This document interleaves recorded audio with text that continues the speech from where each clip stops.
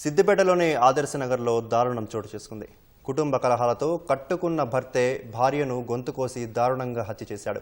తల్లి గొంతు కోస్తున్న సమయంలో తండ్రిని అడ్డుకోవడానికి యత్నించిన కుమార్తెపై రోకలి బండతో దాడి చేశాడు. భార్య శ్రీలతపై అనుమానంతో ఎల్లయ్య మొదటగా పురుగుల మందు తాగించినట్లు, ఆపై గొంతు కోసి హత్య చేసినట్లుగా పోలీసులు తెలిపారు. భార్య చనిపోవడంతో భయంతో ఎల్లయ్య కూడా గొంతు కోసుకున్నాడని, కూతురు అర్చన పరిస్థితి విషమంగా ఉండటంతో ఇరువురిని సిద్దిపేట ప్రభుత్వ ఆసుపత్రికి తరలించినట్లు వివరించారు. 15 రోజుల క్రితమే ఈ కుటుంబం హైదరాబాద్ నుంచి సిద్దిపేటకు వచ్చినట్లు ఏసీపీ తెలిపారు. సిద్దిపేట జిల్లా దూల్మిట్ట మండలం బెక్కల్ గ్రామానికి చెందిన వారిగా పోలీసులు గుర్తించారు.